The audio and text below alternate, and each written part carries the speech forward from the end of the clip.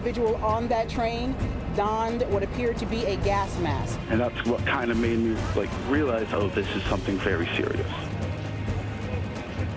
Breaking now at 6, the morning rush descends into raw panic. A man in a gas mask opens fire on a Brooklyn subway train. Almost 12 hours later, that man is still on the run. The clues left behind. The commuter fears and extra security to keep you safe. Team coverage of the Brooklyn subway attack starts right now. Good evening. I'm Chuck Scarborough here on the ground in Sunset Park, the scene of today's chaos. And I'm Natalie Pasquarella. This is a story we've all been following all day long for you. Developments steadily coming in. Let's get you caught up on the latest. Brooklyn subway riders bound for Manhattan were shot on an N train at the 36th Street and 4th Avenue stop in Sunset Park. Police say the suspect, wearing a gas mask and a construction vest, tossed a smoke canister in the car before opening fire. Subway riders ran from the train in a panic. And then when that smoke cleared, we learned at least 29 people were hurt. 10 of them were shot. The other victims were either hurt in the panic to escape or they breathed in just too much smoke, Chuck. Well, right now, that man behind the attack is still on the run. This situation is not considered terrorism at this time. The police are focusing on a van that was possibly used by the suspect, also found in Brooklyn, as you can see here live from Chopper 4. In addition, a weapon, fireworks, smoke bombs, gasoline found at the scene of the crime. As the evening rush gets underway, there are delays for most of the day. Service from Manhattan to Brooklyn was suspended on the lines impacted by the investigation. Now, we have team coverage on the search for the suspect and the wounded, but we start tonight with News 4's Miles Miller live in Sunset Park. Miles? Chuck, as you said, this is still an active crime scene here. We're at 36th and 4th Avenue in busy Sunset Park. Still, this is a crime scene hours after this all happened this morning. Another crime scene happening right now in Gravesend, Brooklyn, as police and the bomb squad race to figure out if that U-Haul van there is connected to what happened here. Tonight, officials realizing the horror on the N train could have been much worse. Police sources telling News 4 the suspect's gun jammed, preventing more people from being shot. The frightening moments started just after 8 in Sunset Park. As a Manhattan-bound N train waited to enter the 36th Street station, an individual on that train donned what appeared to be a gas mask. He then took a canister out of his bag and opened it. The train at that time began to fill with smoke. He then opened fire, striking multiple people on the subway. Panicked passengers rushed off the train. I was coming out the train and I saw a lot of smoke and I smelled it. It was a really strong smell. And all hell broke loose. The police commissioner saying the suspect wore a green vest and gas mask. He escaped, but wasn't caught on surveillance cameras in the subway because they've been broken since Friday. We say no more. No more mass shootings. No more disrupting lives. No more creating heartbreak for people. Police recovering the gun used at the scene, as well as a bag of fireworks and smoke canisters. Sources say gasoline was poured into spray bottles. As city and federal law enforcement search for New York's most wanted man, they say a U-Haul van with Arizona plates is believed to be connected with the shooting, urging any officers that see it to approach with caution. 9 hours later, and members of the Joint Terrorism Task Force just exited the subway station, still searching for clues down on the platform level as the search for New York's most wanted man continues. In Sunset Park, Brooklyn, I'm Miles Miller, News 4 New York. Chuck. And now to the massive citywide manhunt that's underway right now. The suspect has been hiding from police for most of the day.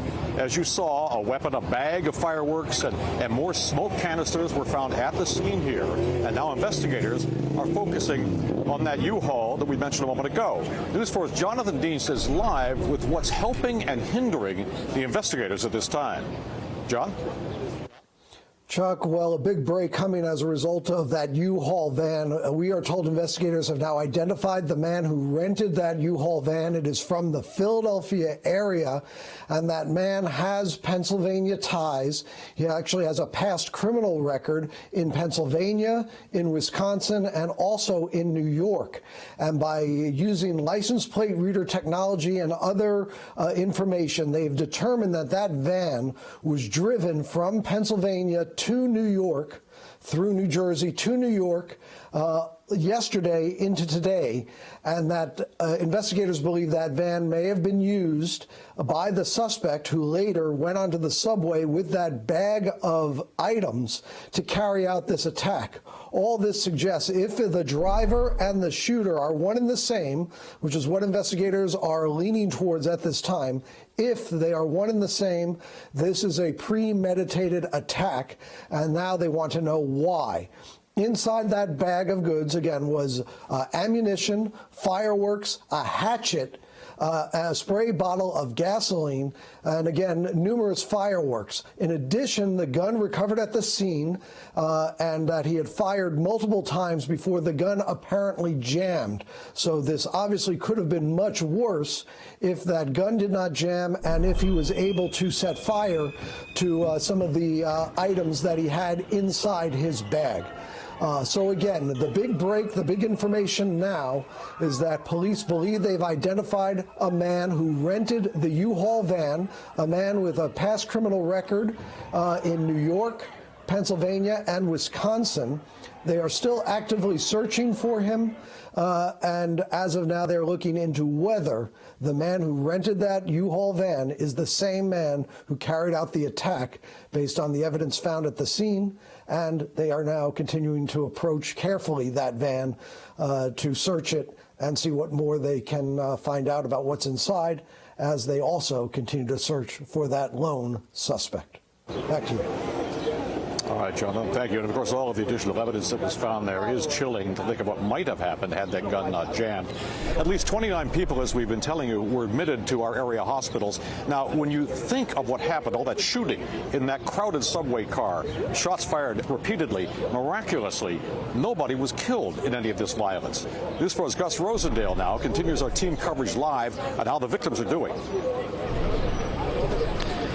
Well, that's absolutely right, Chuck. 29 people taken to hospitals, most taken here to Brooklyn Langone, just about a mile and a half from where you are. 21 of the 29 have been treated here. 10 have already been discharged, and the rest of them are getting treated at this hour. We're told they are in stable condition. Many of them, hospital officials say, are visiting with their families. And throughout the day here along 2nd Avenue, we have seen a number of ambulances pulling up. The number of injured fluctuating throughout the day. That's because some people came via those ambulances. Others transported themselves. The nature of the injuries, not just ranging from those gunshot wounds, but also to extending to smoke inhalation and fractures. For example, over at Mamadi's Medical, a number of hospitals involved in this, they had 5 victims, 3 with smoke inhalation, 2 with gunshot wounds. Officials there saying those injuries also non-life-threatening. And even before those first responders moved into that place where so many people were trying to get out of today, fellow passengers were stepping up. They were helping their fellow New Yorkers. You've seen the video. They were carrying people on the platforms out of that train. They were making makeshift bandages, offering emotional support before the ambulance could get to the scene. Earlier, we heard from Mayor Adams, who's at home recovering from COVID. Here's what he had to say about that situation. We're praying for all New Yorkers who were injured or affected by today's attack.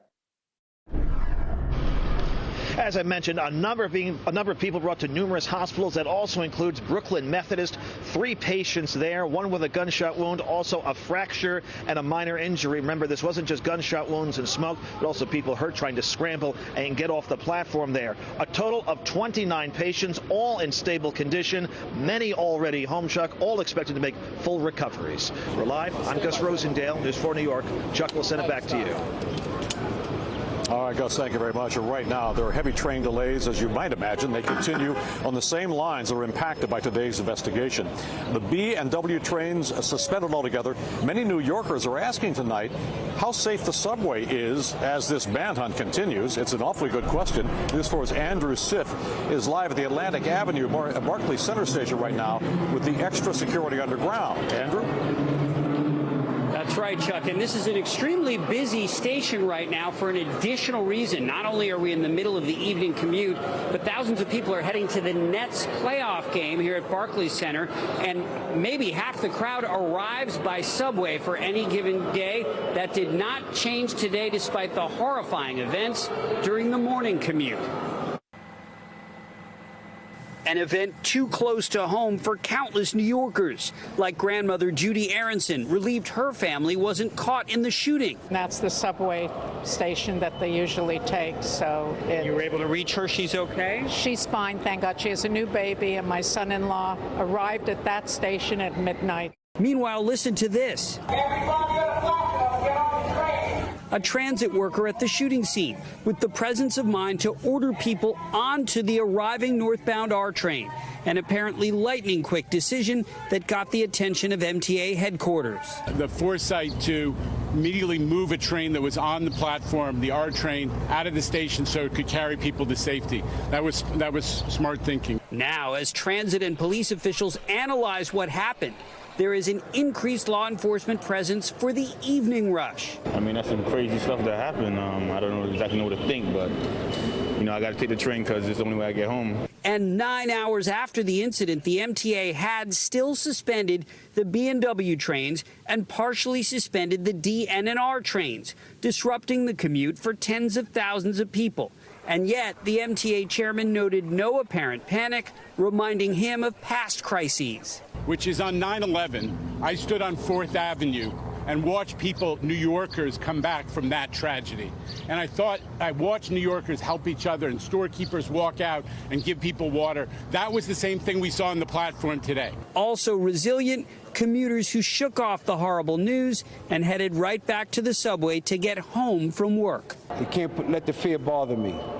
Yeah, there's some crazy people out here, but I'm still going to ride the train. And there's still so many people who have to get home tonight, and they're relying on the trains, and they're seeing a bit of a mess if they check the MTA website. The simplest way to avoid transit troubles at this hour is to stick with the numbered lines, the 1, 2, 3, 4, 5, and 6, because so many of the lettered lines still have significant delays and rerouted situations. We're live at the Barclays Center in Brooklyn. Andrew Siff, News 4 New York. All right, Andrew, thank you very much. And we'll continue to stay on top of the story throughout our newscast and online. Our newsroom is working overtime to provide you with any update as we get it. Stay tuned right here to News 4 New York and to the NBC4 New York app.